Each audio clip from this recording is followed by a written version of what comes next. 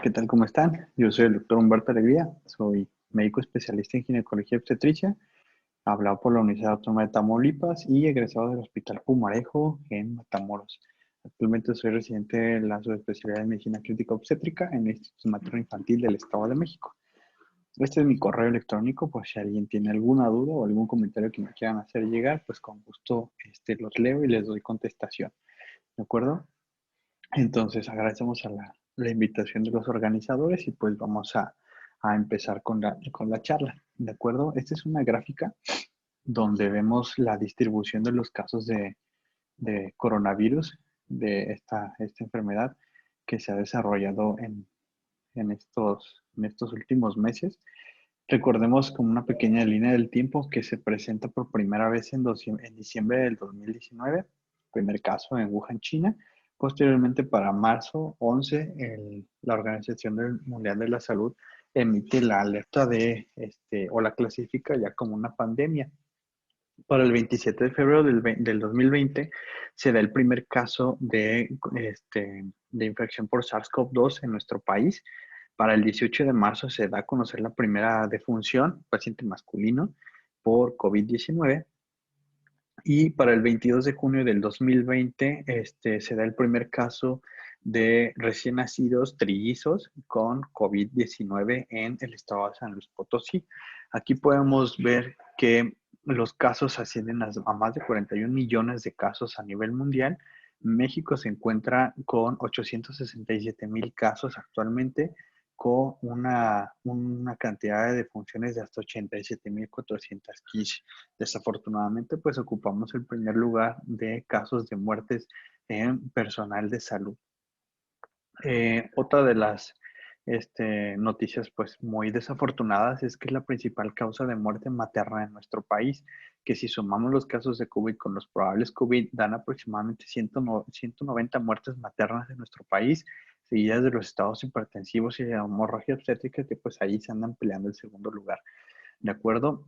Otra noticia desafortunada es que para el 23 de septiembre del 2020 se da a conocer para la Organización Mundial de la Salud, en su sector, el sector panamericano, que el México es conocido como el país con más casos de muertes en mujeres embarazadas, ¿de acuerdo? E infectadas por COVID-19, desafortunadamente.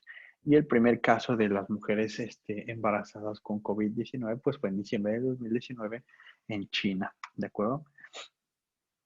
En esta siguiente diapositiva, pues a grosso modo vamos a ver que se trata de un coronavirus, del subgrupo beta, donde también ahí encontramos al SARS-CoV con una mortalidad del 10%, al MERS-CoV con una mortalidad del 50%, y pues bueno, el SARS-CoV-2 va a compartir un genoma con el SARS-CoV hasta el 80% y el MERS-CoV hasta un 20%.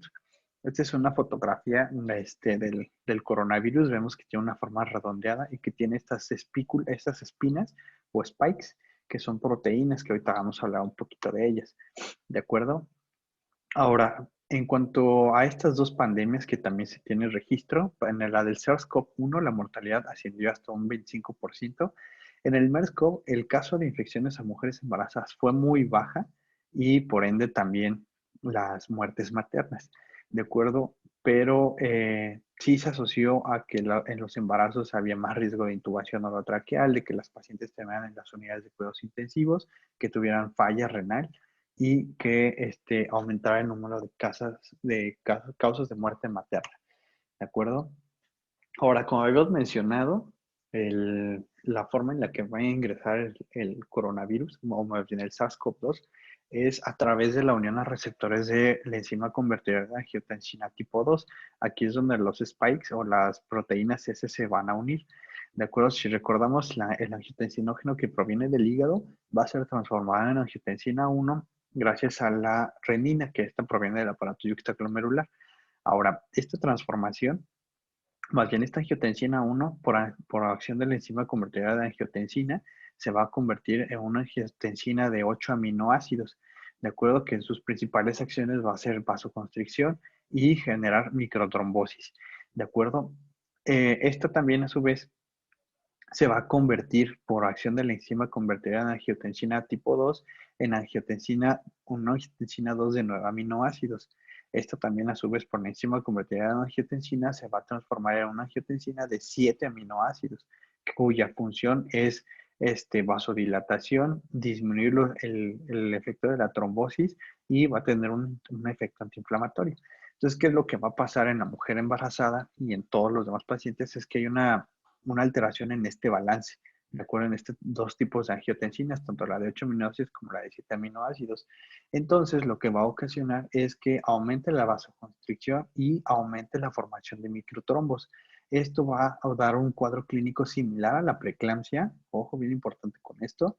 Va a aumentar el caso de números de partos prematuros o productos prematuros y de restricción en el crecimiento intrauterino. ¿Sale? Entonces, lo que habíamos visto durante el embarazo no es que la paciente esté inmunosuprimida, inmunodeprimida, inmunocomprometida. El problema del embarazo es que su sistema inmunológico de estas pacientes va a estar cambiando a lo largo del embarazo. Principalmente en el primer trimestre, perdón, vamos a tener una respuesta tipo TH2, cuya actor principal va a ser la interleucina 10. Esto va a ser para que se mantenga el producto de la concepción, que se pueda implantar bien y que pues vaya creciendo a lo largo del primer trimestre, ya que esto va a evitar que sea reconocido como un cuerpo extraño o como un injerto y que pueda ser rechazado. ¿De acuerdo? Ya para el final del tercer trimestre, pues la respuesta TH2 va a cambiar a una respuesta TH1 con sus principales protagonistas como el interferón gamma y el TNF-alfa, que principalmente el TNF-alfa va a estar relacionado con la preeclampsia. Y esto va a ser debido a que pues, necesitamos que este tipo de factores, entre otros, desencadenen un trabajo de parto o permitan que se desencadene el trabajo de parto. ¿Vale? Pero los procesos inflamatorios que esto conlleva pues van a ser marcados durante el tercer trimestre y es por eso que las pacientes embarazadas durante el tercer trimestre están más propensas a la infección por el SARS-CoV-2. ¿De acuerdo? O que el cuadro clínico sea más florido. Hay estudios que mencionan que las pacientes en el primer trimestre pues no tenían síntomas o cuadros clínicos floridos a comparación con las pacientes que llegaban a finales del segundo y a principios del tercer trimestre. ¿De acuerdo? Y esto es lo que les mencionaba, ¿no? Al principio se hablaba de que se trataba de una enfermedad que era ocasionada por una tormenta de citocinas, ¿de acuerdo? Pero este estudio, que sale el 16 de octubre, o sea, algunos días, habla que toman otros números de estudios, de investigaciones, principalmente de pacientes con sepsis, pacientes con síndrome de dificultad respiratoria aguda no debido a coronavirus y pacientes que tenían tormenta de citocinas. Entonces ellos se dieron a la tarea de ver las características del laboratorio, principalmente en búsqueda de la interleucina 6, de acuerdo que era a lo que ellos llamaban, que era la que desencadenaba todo el cuadro clínico. Entonces, ¿a qué conclusión llegaron? Que no es una tormenta, o sea, ni siquiera son las interleucinas que se esperaba que se encontraran de forma muy elevada y que ocasionaran la patología.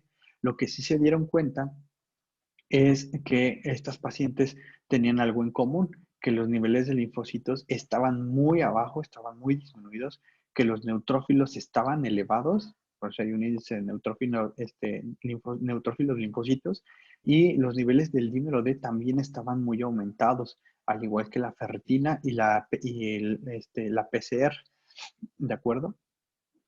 Entonces, esto es a lo que ellos llegan a esta conclusión en comparación de las otras patologías. De hecho, ni siquiera el SIRA, por otra causa, tenía este tipo de características que tienen las pacientes con COVID. ¿De qué nos sirve saber esto? Pues también sale este estudio el 20 de octubre, hace algunos días, donde ellos dicen que el tocilizumab pues no funciona para el tratamiento de esta enfermedad, ¿de acuerdo? Así como hay muchos otros estudios donde han echado abajo los tratamientos con hidroxicloroquina, con cloroquina, etcétera. Este habla sobre el uso de tocilizumab, que era como uno de los tratamientos que esperábamos que funcionaran y que en ocasiones sí se administraban a los pacientes. Pero con esto, pues ya vemos que la interleucina no es el problema, ¿de acuerdo? Entonces, pues si yo le doy el tocilizumab que inhibe esta formación de la interleucina, pues entonces no vamos a tener una eficacia ni vamos a tener una mejoría. Y de hecho, ellos demostraron que el uso del tocilizumab no disminuye el riesgo de que fueran intubadas los pacientes y tampoco disminuía la mortalidad. Entonces, prácticamente la recomendación es no usen tocilizumab. Eh, Teniendo en cuenta lo anterior, pues vamos a ahora ya identificar a las pacientes de acuerdo a los datos clínicos. ¿De acuerdo? En este mes de octubre también la Secretaría de Salud da los nuevos criterios para la definición de caso sospechoso por infección del SARS-CoV-2. ¿De acuerdo? De ellos mencionan que debe de cumplir con al menos uno de los criterios mayores, acompañado de uno o más criterios menores. Los criterios mayores, pues ya lo sabíamos todos, es tos, fiebre, disnea, que aquí como podemos ver es un dato de gravedad ya de la enfermedad, y la cefalea. De acuerdo que en los niños tomamos la irritabilidad como un criterio mayor. Todos estos también ya venían en la otra definición, pero agregan anosmia y disgeusia.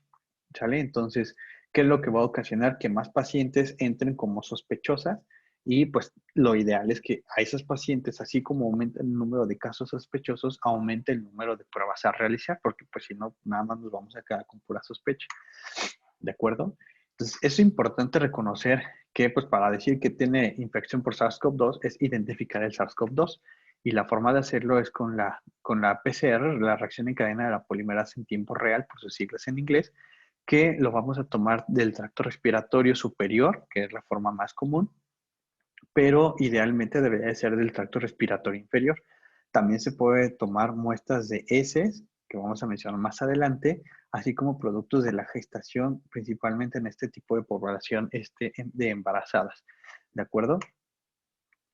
Ahora, otra de las formas, pues mientras de que salen los estudios o los resultados de laboratorio, es echar mano de los estudios de gabinete, los estudios radiológicos. Ahora, para la paciente embarazada, existe un miedo pues por el uso de la radiación.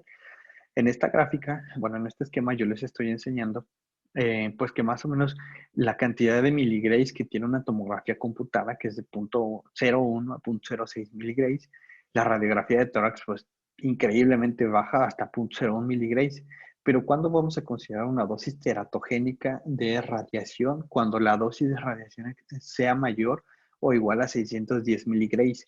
¿Qué es lo que va a ocasionar? Pues una restricción del crecimiento intrauterino, vamos a tener microcefalia y podemos encontrar productos con un retraso psicomotor, ¿de acuerdo? Pero prácticamente es una dosis exageradamente alta de radiación que pues no la vamos a alcanzar con ninguno de estos dos.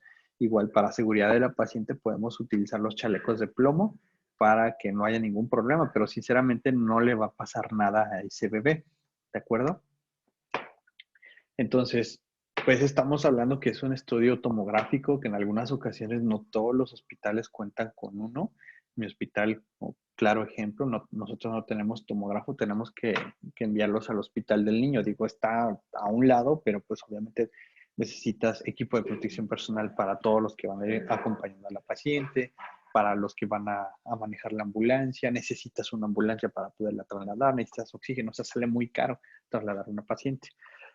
¿Qué es lo que tenemos y que ha venido en auge? Pues es el ultrasonido. Digo, todos los que estamos en un servicio de ginecología y obstetricia, llámese toco, llámese urgencias, piso, todos tenemos a la mano un ultrasonido. Y está en advenimiento el uso del ultrasonido a la cabecera del paciente en estado crítico. De acuerdo, hay muchos protocolos, como el protocolo Blue y algunos estudios como los que estamos referenciando en la parte inferior, que hablan sobre el diagnóstico o sospecha diagnóstica de COVID por ultrasonido. Normalmente, una paciente o un paciente que se le hace un ultrasonido, vamos a ver una imagen, pues como este cachito de aquí de este pulmón, donde vamos a tener una costilla, otra costilla, la pleura, y vamos a tener estas líneas hiperecoicas, que son llamadas líneas A, que es como una refringencia o como una, pues sí, como si estuviéramos viendo otra vez aquí la pleura, ¿de acuerdo? Esto ya es el parénquima pulmonar.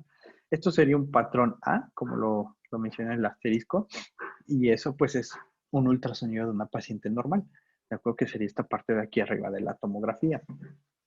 Ahora, hay otros datos que nos hablan de sobrecarga hídrica o ya de una lesión pulmonar como tal. Uno de ellos es la presencia de líneas B, que son estas rayas que parecen luces de antro, de acuerdo que van desde la pleura hacia el parénquima pulmonar. Y esto tenemos dos tipos, los tipos B1, como estas imágenes, donde vemos las líneas B, estas proyecciones, colas de cometa, luces de antro, que tienen una separación de más de 7 milímetros y que son más de 3 líneas. Esos son los criterios para patrón B1. Ahora, podemos tener un patrón B2 como este de aquí, donde son más de 3 líneas con una distancia menor a 3 milímetros entre cada una de ellas, o en el peor de los casos, como en esta imagen, donde pues prácticamente están fusionadas y dan esta imagen de cascada. ¿De acuerdo? Esos son los tipo B2. Para las áreas de consolidación o las pacientes que tienen COVID, vamos a tener que buscar este tipo de imagen, que es una imagen en patrón C, ¿de acuerdo? Este tipo de imagen donde vemos la pleura parietal, aquí vemos una costilla, aquí vemos la otra costilla. Esto ya se supone que es el parénquima pulmonar, pero si nosotros lo comparáramos con el hígado, se vería igual. Sería como la llamada fase de hepatización, estos puntos hiperecoicos en el parénquima pulmonar que no deberían de estar. Y se ve esta retracción de la pleura, se ve como mordisqueada, como si le hubieran arrancado un pedazo. Este es un patrón C y este es un patrón de consolidación. ¿De acuerdo? Si nosotros viéramos este patrón repetido en toda la parte posterior, laterales y anteriores, pues estamos casi ante una sospecha alta de COVID. ¿De acuerdo? Y es lo que estamos viendo aquí en la tomografía. Estas áreas de consolidación las vamos a ver así. Estas áreas que corresponden a un patrón B y las áreas donde pues tenemos un poquito de pulmón sano. ¿De acuerdo? Eso es el ultrasonido de pulmón y es como se debe de hacer y ese ultrasonido pues está a la mano de casi todos los servicios de urgencias. ¿De acuerdo? Ahora, todos los estudios dicen que igual no necesitas años de experiencia para poder realizar un ultrasonido de pulmón. ¿De acuerdo? Basta con unas 6 horas de capacitación continua para que ustedes puedan hacer un ultrasonido y puedan identificar esas lesiones. Ahora, el ultrasonido de pulmón se debe hacer de todos lados, o sea, se debe hacer en la parte posterior, tanto superior como inferior de ambos pulmones, en la parte posterior, superior e inferior de la parte posterior de los pulmones, así como las partes laterales. ¿De acuerdo? Entonces, ustedes hacen la gráfica y aquí le van a poner sus puntajes. ¿De acuerdo? Entonces, un patrón A, como el que vimos, 0 puntos. Si es un patrón B1, que los que son las colas de cometa o las luces de antro, con una separación más de 7 milímetros entre cada raya y que sean más de 7 rayitas, más de 3 rayitas, perdón, pues va a ser un puntaje, un puntito. ¿De acuerdo? Si nosotros tenemos un patrón B donde tenemos una imagen en cascada, o que ya tenemos una separación menor a menos de 3 milímetros y son más de 3 rayas o más de 3 líneas B, pues le vamos a dar 2 puntos. Si es un área de consolidación, pues entonces le vamos a dar 3 puntos, esa imagen de pulmón mocho. Entonces, el protocolo para los pacientes con COVID, el luz es de más de 18 puntos. Si tenemos una paciente con más de 18 puntos, aumenta o tiene más riesgo de mortalidad. ¿De acuerdo? Para eso también sirve el ultrasonido, para aumentar la sospecha y para ver el riesgo de mortalidad. ¿De acuerdo? También sale algo que se llama el CORRATS. El CORRATS es como las mastografías, el BIRATS. Entonces vamos a tener múltiples imágenes tomográficas. ¿De acuerdo? Va del 1 al 5, donde 1 es una tomografía completamente normal y el CORRATS 5, donde me habla que es una paciente con muy alta probabilidad para tener COVID, que son las imágenes en vidrio despulido o vidrio esmerilado, como vemos en la parte de acá, donde, pues, como dice este estudio, ¿de acuerdo? En el cual se basan para hacer el CORRATS, donde le dan un puntaje de Fleiss Kappa de 0.58 para CORRATS 1 y del punto 68 para CORRATS 5. ¿Qué quiere decir? En este estudio, pues, juntaron a muchos expertos a analizar las imágenes tomográficas, ¿de acuerdo? Y esto quiere decir, este puntaje de Fleiss Kappa, quiere decir que casi todos estuvieron de acuerdo en que si nosotros veíamos una tomografía con estas características, pues prácticamente la paciente no tenía nada. Pero si nosotros veíamos una tomografía con estas características, pues muy probablemente el paciente tenía COVID. No solamente se dieron cuenta de eso en este estudio, sino que también le dieron un puntaje en el área bajo la curva de 0.91 para el pronóstico. ¿Qué quiere decir esto? Que si nosotros teníamos una imagen como esta, pues prácticamente podríamos apostar a que el resultado de la prueba del PCR iba a salir positiva, así como también para hacer el diagnóstico. O sea que si teníamos esta imagen, pues era casi seguro que esa paciente iba a ser COVID positivo, como en la paciente que nosotros tuvimos. Esta paciente llegó con algunos datos de dificultad respiratoria. No teníamos todavía la tomografía ni la prueba para SARS-CoV, pero ya teníamos el ultrasonido y esta paciente tenía un puntaje de 24. ¿De acuerdo? ¿Qué quiere decir? Que esa paciente, pues como dice aquí el CORRATS, a mayor zonas de consolidación por ultrasonido o por vidrio esmerilado, pues más riesgo de que su prueba, tanto la prueba como el diagnóstico, sean para COVID-19. ¿De acuerdo? Entonces, una vez que ya identificamos a la paciente, que ya sabemos un poquito cómo funciona, vamos a ver qué es lo que va a ocasionar o qué es lo que tenemos que hacer ante estas pacientes. Primero que nada, pues toma de laboratorios. ¿De acuerdo? Es su biometría hemática completa, su química sanguínea, especificando pruebas de funcionamiento hepático, ACT, LT, bilirrubinas, deshidrogenasa láctica, súper importante, ferritina, dímero D, prueba de funcionamiento renal, los electrolitos, si se tiene pues una gasometría y si no, pues tenemos que echar mano de la saturación de oxígeno. A veces no hay gasómetros, pero es súper importante tener una gasometría, ¿de acuerdo? Para ver si estamos ante un síndrome de dificultad respiratoria o si tenemos una paciente que requiere de oxígeno suplementario. Hablando de eso, pues recordemos que durante el embarazo hay muchos cambios fisiológicos. Uno de ellos es la saturación de oxígeno que va a aumentar durante el embarazo. Acuérdense que la mamá pues también le tiene que dar un poquito de lo suyo al bebé para que se pueda desarrollar de buena manera. Es por eso que las pacientes embarazadas durante el embarazo, sus saturaciones rondan entre del 98 hasta el 100%. ¿De acuerdo? Si tenemos una paciente que tiene una saturación por debajo del 95, pues muy probablemente esa paciente, o más bien esa paciente va a requerir de oxígeno suplementario. ¿De acuerdo? Ahora, vamos a ver pues por dónde le vamos a poner el oxígeno suplementario, o más bien por qué vía le vamos a poner el oxígeno suplementario. ¿De acuerdo? Y posterior a la administración del mismo, pues se tiene que reevaluar a la paciente. ¿De acuerdo? Si tenemos, si la paciente es candidata a ventilación mecánica no invasiva, pues ver que tolere o ver que no presente datos de dificultad respiratoria. De ser así, pues tendremos que empezar a idear nuestro manejo avanzado de la vía aérea. Entonces, ¿en qué pacientes? En pacientes que tengan insuficiencia respiratoria, hipercápnica. Recordemos que también la presión arterial de CO2 en la mujer embarazada va a estar baja. Vamos a tener una alcalemia respiratoria fisiológica durante el embarazo con niveles de PaCO2 de aproximadamente 25 a 32 milímetros de mercurio. Si la paciente tiene una inestabilidad hemodinámica, otra falla orgánica, alteraciones en el estado mental, pues entonces ya sería una paciente candidata para manejo avanzado de la vía aérea. Y pues ya por último, pues el ECMO, ¿de acuerdo? Obviamente mientras hacemos todo esto de la oxigenación, pues también hay que poner el registro cardiotocográfico al producto, hay que tomarle la muestra para SARS-CoV-2. Obviamente tienen que traer todos el equipo de protección personal para evitar la exposición a los aerosoles y ya tener trazada la ruta a donde vamos a llevar a la paciente o hacia su destino final.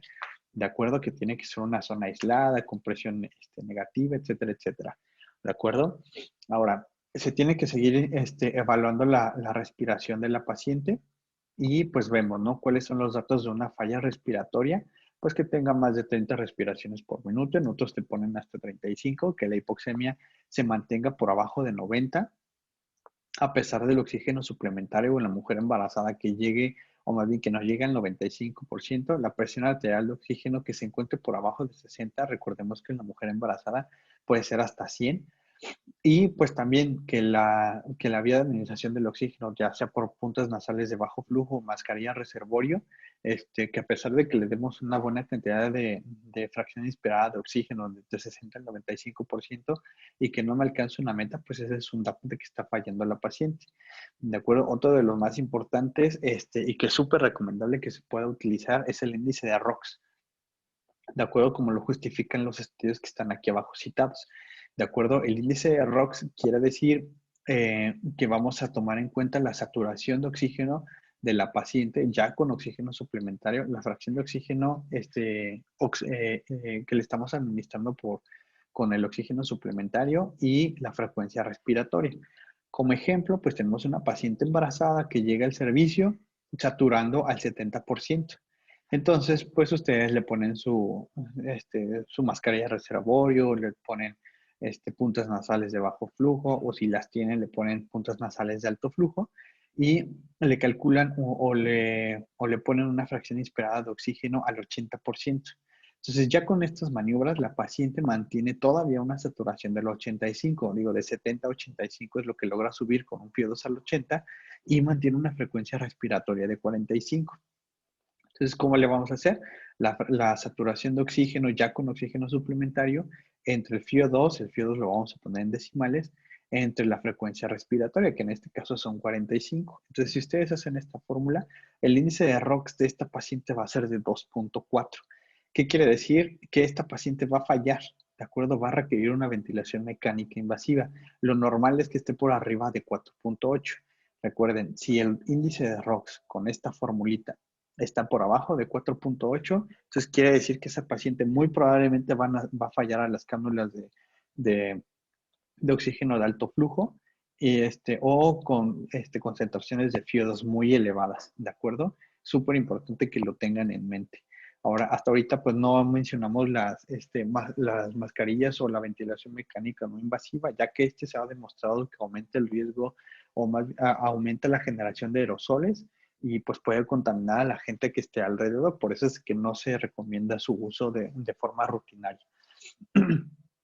Entonces, ya que tenemos a la paciente en el área destinada para las pacientes con sospecha o confirmación de SARS-CoV-2 o que ya tengan COVID, eh, vamos a iniciarles el tratamiento. El tratamiento pues, hasta ahorita demostrado que funciona es la dexametasona, ¿de acuerdo? La dosis es de 6 miligramos por vía intravenosa cada 24 horas durante 10 días. Aunque dura hospitalizada, como recomienda el Colegio Americano de Ginecólogos y Obstetras, que debe de ser máximo un día de internamiento posparto y máximo dos si le hacen una cesárea, obviamente si las condiciones maternas lo permiten, deberá de continuar en su domicilio con la administración de la dexametasona. Esto sí demostró, gracias al estudio de Recovery, el estudio preliminar, el reporte preliminar, perdón, que disminuyó la mortalidad a 28 días la dexametasona, pero solamente en pacientes que requieren de oxígeno suplementario, solamente en ellas se van a ver beneficiadas, ¿de acuerdo? Ya que en pacientes que no requieren oxígeno no ha demostrado ningún beneficio, ¿de acuerdo? O sea, si le pones o si no le pones, no le va a pasar, no le va a ayudar en nada, ¿de acuerdo? Otro de los tratamientos que sí está recomendado, pues es el paracetamol. Y principalmente para evitar la fiebre o para tratar la fiebre. ¿De acuerdo? Bueno, hay estudios que demuestran que la fiebre materna pues, puede ser teratogénica, principalmente durante el primer trimestre, con un riesgo del 3% de ocasionarle al producto defectos en el tubo neural, defectos cardíacos o renales. ¿De acuerdo? Aunque el porcentaje es muy bajo, pero pues hay que administrarles el paracetamol, ¿de acuerdo? Y en el SARS-CoV-1, cuando estuvo esta pandemia, pues no mostró ninguna malformación en los fetos, ¿de acuerdo? O ni siquiera en los recién nacidos, ¿de acuerdo? Ahora, de lo que les habíamos mencionado, el registro cardioTocográfico. Recuerden que las concentraciones de oxígeno y el proceso inflamatorio en la paciente va a tener repercusiones en el feto, ¿sale? Pues es bien importante que la paciente cuando llegue, pues al menos ponerle el registro e idealmente tenerle el ultrasonido obstétrico, ¿sale? ¿Qué es lo que podemos encontrar en ella? Pues son este tipo de cambios, alteraciones en la variabilidad, ausencia de aceleraciones o que tenga algunos descensos, principalmente los descensos tardíos o desaceleraciones tardías.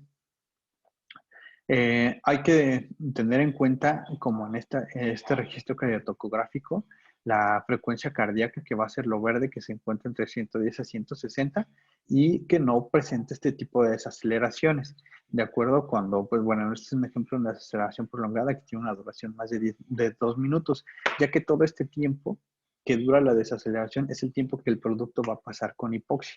De acuerdo, como vemos aquí en esta imagen. Aquí empieza la contracción y empieza el descenso, ¿de acuerdo? Este descenso me está hablando de la cantidad de tiempo que está sometido el producto a hipoxia. Esto es lo que le va a afectar al feto, ¿sale? No es lo mismo tener un tipo de desaceleración tardía que tener una desaceleración temprana, donde pues baja rápido, pero sube rápido, y el tiempo de hipoxia pues es relativamente corto, ¿de acuerdo?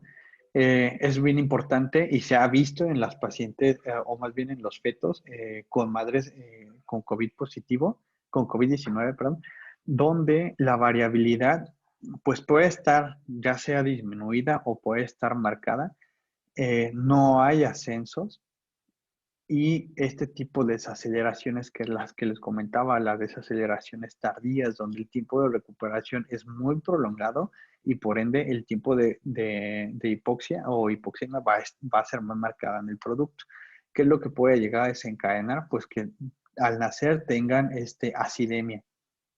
Hay diferentes clasificaciones, está la de FIGO, la de la COG y la del NICE, ¿de acuerdo? Esta es la clasificación de la COG. ¿Por qué nada más les pongo esta? Porque si se dan cuenta en su categoría 3, que es la que nos va a predecir que si los bebés van a tener acidemia, es la que demostró mayor especificidad, ¿de acuerdo? ¿Qué quiere decir? Que si la paciente no tiene nada de esto durante su registro cardiotocográfico, pues es muy poco probable que el producto vaya a nacer con acidemia, ¿de acuerdo? Entonces, si la paciente tiene estos datos de hipoxia, o sea, si ya nosotros le pusimos el oxígeno suplementario, si ya le hicimos la dexametasona, lo que sigue es pronar a la paciente.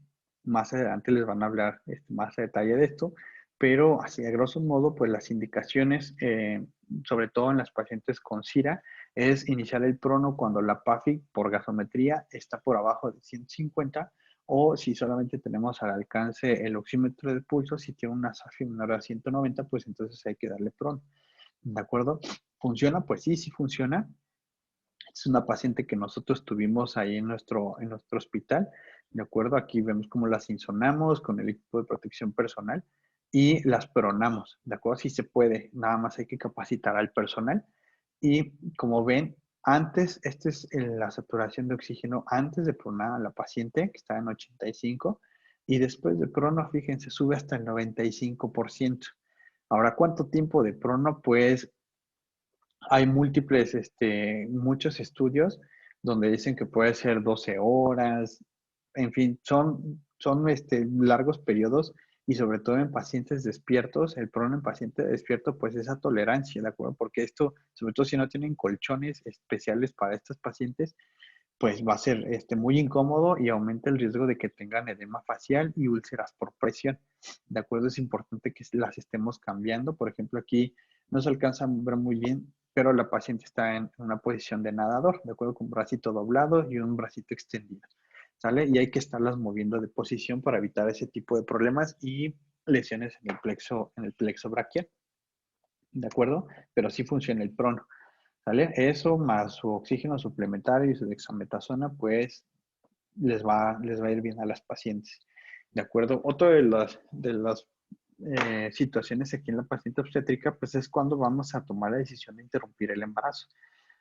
La interrupción del embarazo, pues ya saben, o es por vía vaginal o es por vía cesárea, pero tiene que estar justificado en base a la respuesta que se obtenga de estas preguntas, ¿de acuerdo? Sobre todo si la paciente está inestable, pues hay que interrumpir el embarazo, ¿de acuerdo?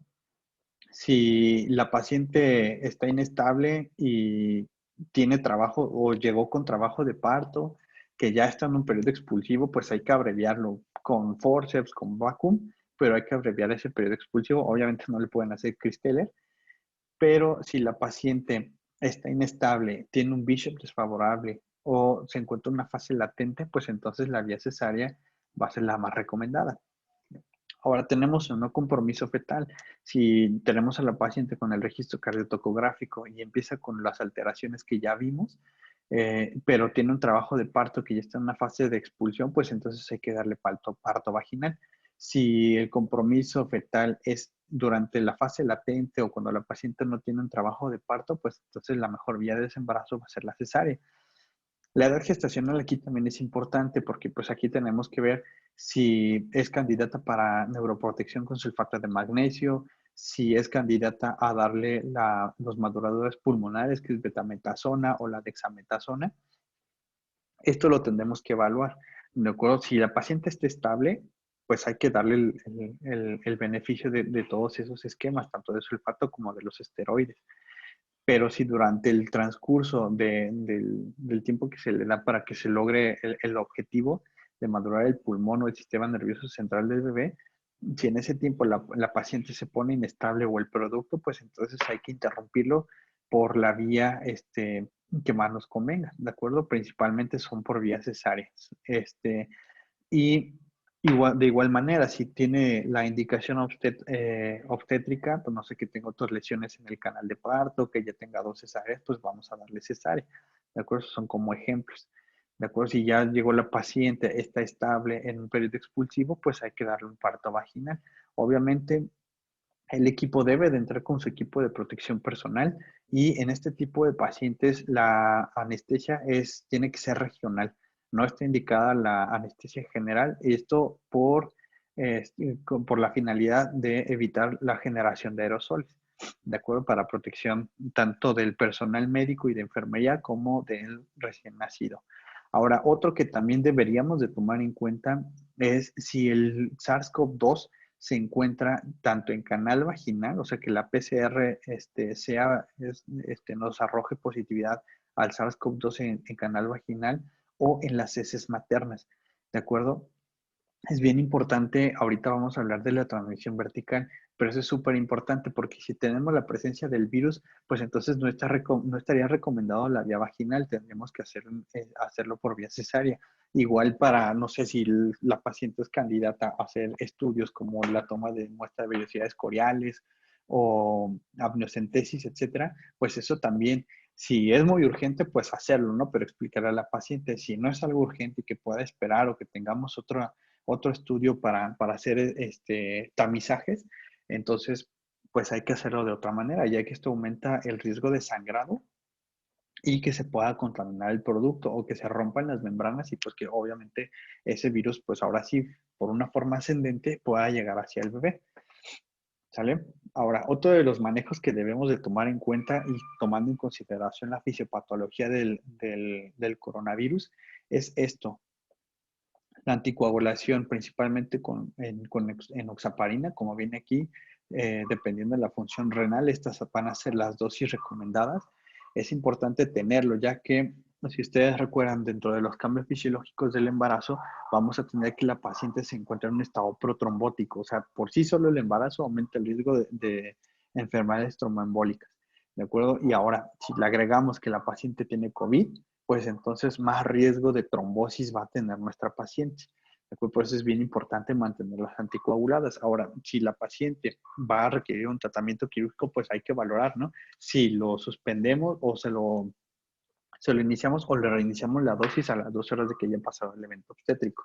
¿De acuerdo? Y esto va a ser en base a esta tabla, pero principalmente la mujer embarazada sí es recomendable que la tengamos con su dosis de enoxaparina por el estado protrombótico que genera el embarazo. Ahora, vamos a ver esto en cuanto a la transmisión vertical.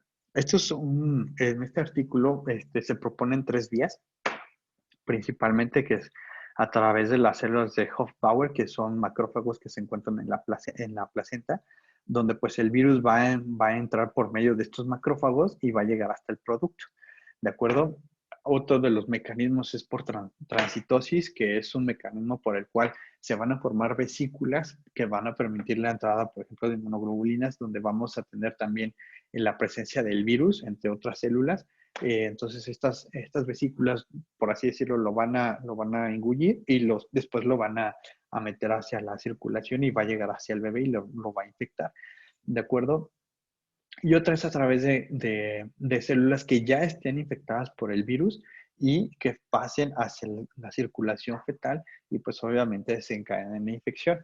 ¿De acuerdo? Y la otra es la que les había comentado, como si fuera una vía ascendente, como en los casos del VPH, como en casos de VIH, donde pues la transmisión del virus se da por vía vaginal.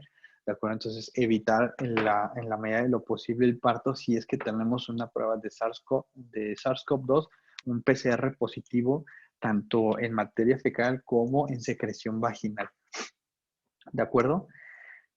Entonces, hay estudios, bueno, numerosos estudios que han estado saliendo en cuanto a los reportes de transmisión vertical, pero desafortunadamente ninguno ha dado una explicación certera de cómo es que se infectan los recién nacidos.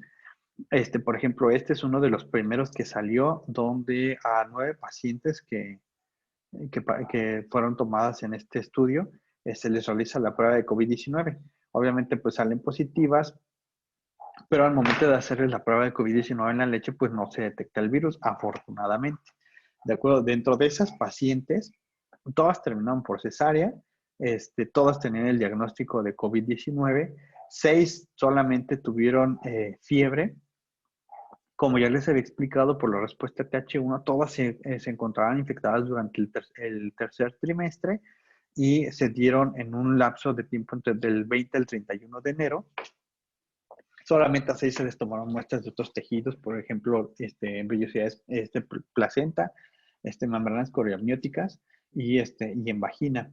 Y una de ellas hizo hipertensión gestacional y otra dio preeclampsia. Acuérdense que puede que sea la preeclampsia o puede que sea un síndrome similar a la preeclampsia o inclusive han mencionado un síndrome de HELP, eh, pues un síndrome de HELP-like, o más o menos como si la paciente estuviera haciendo un síndrome de HELP, ¿de acuerdo? Pero puede que no lo tenga, por eso es importante que tengamos todos los estudios complementarios para estas pacientes, ¿de acuerdo? Uno de ellos que podríamos diferenciar entre preeclampsia y COVID, pues es la presencia de los niveles de linfocitos, ¿de acuerdo? A menor cantidad de linfocitos, acuérdense, es más probable que se trate de COVID y es más probable que esa paciente pues tenga un desenlace pues malo, ¿de acuerdo? Ahora, este es un estudio que se realiza en nuestro hospital, es un reporte de un caso de una paciente que tuvimos, es una paciente que llegó con datos de dificultad respiratoria y por ultrasonido tenía un puntaje de luz de más de 22. Obviamente pues requirió de oxígeno suplementario, de hecho falló al aporte de oxígeno suplementario por puntas nasales y mascarilla reservorio, ocupó de ventilación mecánica, pero como parte de los protocolos en el hospital, pues el producto a la hora de nacer se llevó a otra sala para evitar la exposición al virus, a la exposición a los aerosoles.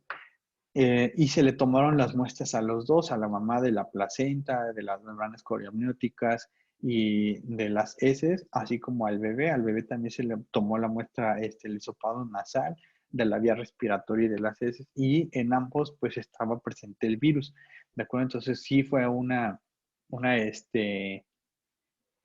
transmisión vertical reportada, así como también la presencia en la leche, en leche materna. ¿De acuerdo? Afortunadamente a la paciente le fue bien y al bebé también, pero fue el primer caso que tuvimos pues prácticamente en el Estado de México de una transmisión vertical, porque nunca tuvieron contacto piel con piel, las pruebas se hicieron inmediatamente desde que nació el producto, entonces por eso es que se quedó como una transmisión vertical. De hecho, todos los estudios que hablan de transmisiones verticales confieren o llegan a lo mismo, ¿no? Que es prácticamente por descarte, como en que se toman a 22 pacientes embarazadas COVID positivo, donde por parto los productos que nacieron se les hizo la prueba durante las primeras horas y resultaron positivas a COVID, ¿De acuerdo? Obviamente no tuvieron contacto piel con piel, no les dieron lactancia en las primeras horas hasta que se les hizo la prueba. Así también como las pacientes que se desembarazaron por vía cesárea, pues la prueba de COVID-19 al nacimiento fue negativa, pero a los 7 días fue positiva. Aquí ellos mencionan que también pudo haber sido por pues malas técnicas de alimentación de lactancia materna o por mal lavado de manos, pues es importante que se laven las manos porque también por ahí va la transmisión. Y sobre todo que no tenían pues las medidas de protección a la hora de dar lactancia. ¿Sale? Otro de los casos bien importante en este y otros estudios es que sí demostraron que hay el virus del SARS-CoV-2 sí se encuentra en la placenta por estudios de RNA y se han encontrado infiltrados con macrófagos, así como zonas de isquemia y necrosis en la placenta. Esto nos habla de microtrombosis a nivel placentario, lo que también aumenta el riesgo de que tengamos restricciones de crecimiento intrauterino. ¿De acuerdo? Es súper importante. O sea, sí llega y sí se queda en la placenta. ¿Cómo llega el bebé? Todavía no está bien demostrado o todavía no está bien estudiado. ¿De acuerdo? Pero de que llega, llega. Ahora, en cuanto a la lactancia materna, el beneficio pues supera el riesgo. Por eso hay que darles el beneficio de la lactancia materna hasta, como ustedes ya saben, hasta los 6 primeros meses tiene que ser lactancia materna exclusiva. Obviamente, pues tenía que ser con medidas de higiene, lavado de manos de la paciente. La paciente debe de estar con un cubrebocas, de preferencia N95, y evitar la exposición a los aerosoles. Debe estar controlada la zona para que la mamá le pueda dar pecho. ¿De acuerdo? Se puede considerar el extractor de leche. Bueno, en algunos hospitales no lo recomiendan por lo mismo, ¿no? Que las campañas de lactancia materna, lactancia exclusiva y que no permiten el uso de extractores, pero sí, en la medida de lo posible, pues sí utilizarlo y echar mano de otra persona para que pueda alimentar al bebé, ¿sabes? Sobre todo pacientes pues que no tengan la infección o que, por COVID-19, ¿de acuerdo? Y bien importante, el lavado de manos cuando vayan a estar en contacto con el producto. Bueno, hasta ahorita pues hemos hablado de la fisiopatología, un poquito sobre el virus, pero hasta ahorita vamos a ver este tipo de escalas que es el mute, ya que, por ejemplo, el SOFA son escalas que no están diseñadas para pacientes embarazadas. Digo, podemos tener una paciente con un síndrome de HELP, que si nosotros le hacemos el SOFA, pues nos va a dar para sepsis. Hay estudios recientes donde demuestran que la antigua definición de respuesta inflamatoria sistémica es de gran utilidad y mejora si lo utilizamos con el SOFA. ¿De acuerdo? Hay otro que es el SOMANS, que es una escala para identificar sepsis en la paciente pues embarazada, pero una de las mejores es esta, que es el MUTE, donde en este estudio toman este tipo de valores, la presión sistólica, la diastólica, frecuencias cardíacas, la respiratoria, y esto sí está en base a los cambios fisiológicos del embarazo, las saturaciones de oxígeno, los niveles de uresis, y la temperatura, así como otros estudios estudios mentales como la escala de coma de Glasgow, la cefalea y el registro cardiotocográfico, que es una de, más bien hasta ahorita yo he visto que es la única que toman en cuenta esta parte perdón, con un registro cardiotocográfico categoría 3. Recordemos, si tenemos un registro cardiotocográfico categoría 2, se le inician maniobras de reanimación intrauterina y si no modifica, pues ya queda como una categoría 3, lo que nos estaría diciendo que estamos ante un producto que ya está con hipoxia y que muy probablemente van a ser con acidemia fetal. ¿De acuerdo? Que era lo que antes se conocía como sufrimiento fetal agudo.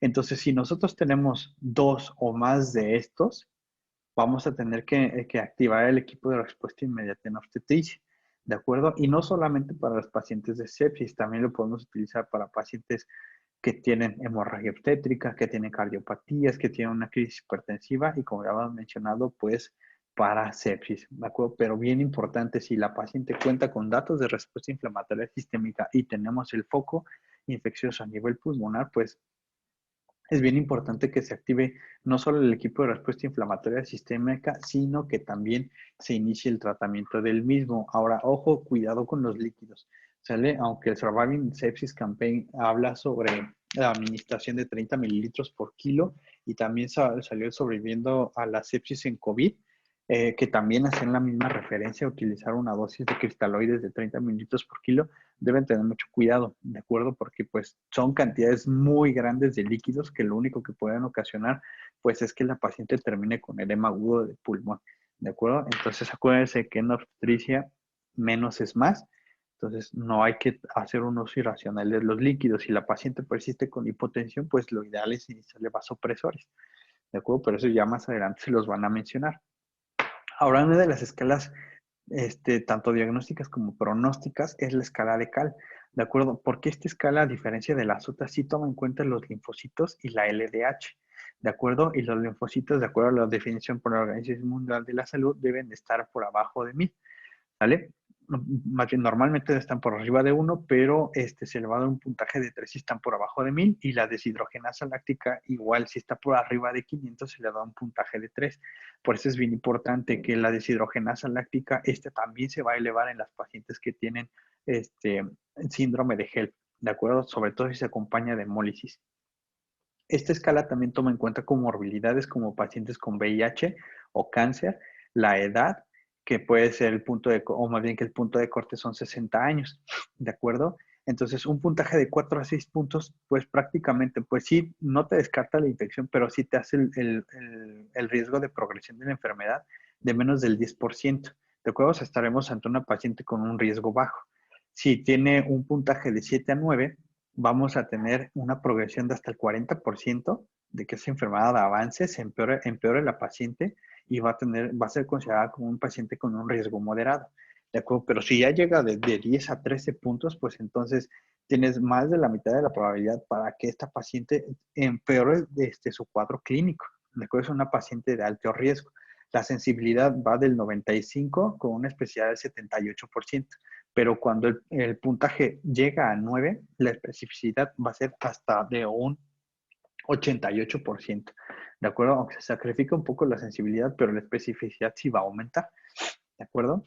Entonces, es ahí cuando nosotros tendríamos que echar mano de los servicios de la unidad de cuidados intensivos para la atención de estas pacientes, ¿de acuerdo? Eso es, pues, a grosso modo, lo que se debe de buscar en una paciente embarazada. Y en cuanto a las conclusiones, pues bueno, tenemos que tomar en cuenta los datos clínicos de la paciente, así como tener en mente los cambios fisiológicos del embarazo, tanto como el tratamiento, metas terapéuticas, clasificaciones. Es importante una adecuada administración de oxígeno para que también le vaya bien al feto. Realizar un ultrasonido ya sea obstétrico como pulmonar, que es más rápido, es más barato y tiene menos riesgo o más bien una nula exposición a la radiación. ¿De acuerdo? Es súper importante, prono temprano. Todos los estudios hasta ahorita, salvo uno que salió que no habla bien del prono, pero todos los estudios han demostrado que el prono temprano en este tipo de pacientes, aunque no tengan una PAFI, menos de 150, una SAFI menos de 190, es indicativo de que se prona a las pacientes de forma temprana y a tolerancia. ¿De acuerdo? Hay que tener un registro cardiotocográfico, no perdamos de vista el producto porque pues este también puede presentar alteraciones durante su estancia, ya sea, ya sea al ingreso o durante su estancia en edad de cuidados intensivos para dar la oportunidad a los maduradores pulmonares, así como a los maduradores del sistema nervioso central, la neuroprotección con sulfato de magnesio. ¿De acuerdo? La unidad de cuidados intensivos para el manejo de este tipo de pacientes, ya sea obstétrico polivalente, y el uso de dexametasona. Recuerden que hasta ahorita es el único medicamento que sí ha funcionado, ha demostrado que sí funciona y sí disminuye la mortalidad, pero ojo, solamente en pacientes que requieren de oxígeno, ¿sale? No es bueno también estar utilizando otros tratamientos que aumentan el riesgo de que se complique nuestra paciente, ¿de acuerdo? Aparte de que son caros, pues se puede tener mayores complicaciones en nuestra paciente, así como pues que se acaban esos tratamientos que pueden servir para otras enfermedades. Por ejemplo, la hidroxicloroquina, que de pronto ya no tenemos hidroxicloroquina para el tratamiento de otras enfermedades como lupus. ¿De acuerdo? Entonces, esas serían las conclusiones. Y pues como para finalizar, Nuevamente agradecer la invitación a formar parte de este curso y felicitarlos a todos por ser el Día del Médico. Y bien importante como en el caso de Frida Kahlo, ¿no? Donde pues ella, aparte de que tenía polio, tuvo gangrena en una pierna, un accidente pues que le costó, aparte de las múltiples lesiones y utilizar fajas, pues perder su útero. Pues obviamente nunca se pudo embarazar y eso le despertó la curiosidad por estudiar medicina. Si ustedes visitan la casa de Frida Kahlo, pues van a encontrar que tiene múltiples libros sobre ginecología y obstetricia, tiene un cuadro sobre la vida fetal durante pues obviamente durante todo el embarazo, y que a pesar de todos esos problemas, pues ella siguió trabajando y tuvo muchísimos destellos artísticos.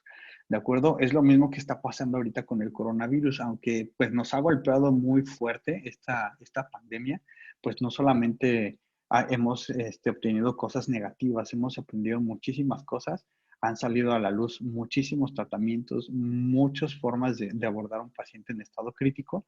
Entonces, pues sí, invitarlos a que sigan preparándose, sigan estudiando y sigan con esa curiosidad por el nuevo aprendizaje. ¿De acuerdo? Pues por mi parte es todo y pues gracias por su atención.